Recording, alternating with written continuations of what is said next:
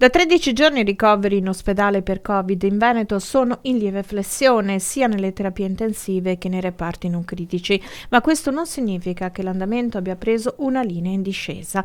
La nostra regione resta tra quelle a rischio alto.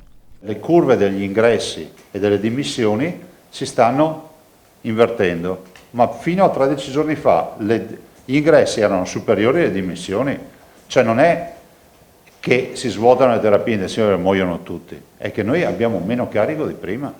Immagino che gli indicatori ci mettano a rischio elevato, non ve lo so dire a prescindere da quello che sta accadendo da 13 giorni.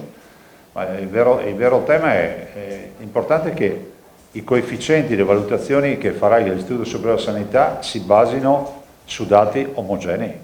E vedete che il dato, con molta cautela che noi vi diciamo, vede di fatto una minor incidenza di positivi che ricaviamo dai tamponi, vede una minore incidenza di nuovi ricoveri nelle terapie non intensive e vede una migliore incidenza di ricoveri nelle terapie intensive. Zaia comprende la protesta dei ristoratori in programma venerdì prossimo e sottolinea la necessità di ristori immediati per le aziende costrette a stare chiuse ed anche per gli operatori della montagna che con il rinvio necessario dell'apertura delle piste rischiano di saltare a pie pari la stagione. Certo, oggi dovremo capire l'Istituto Superiore della Sanità che indicazioni darà, ma da quel che è dato a sapere, ma non è certo, il DPCM penso valuti una proroga delle aperture. Una proroga delle aperture dal 18 che è già prevista in poi vuol dire saltare a febbraio.